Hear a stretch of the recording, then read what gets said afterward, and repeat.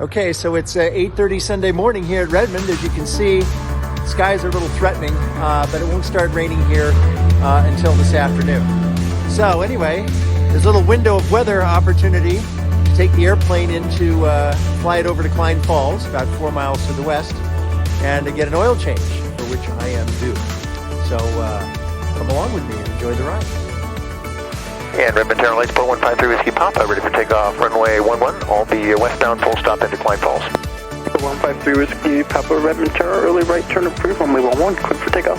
Lights 4153 Whiskey Papa, clear for takeoff, runway 11, early right turn approved.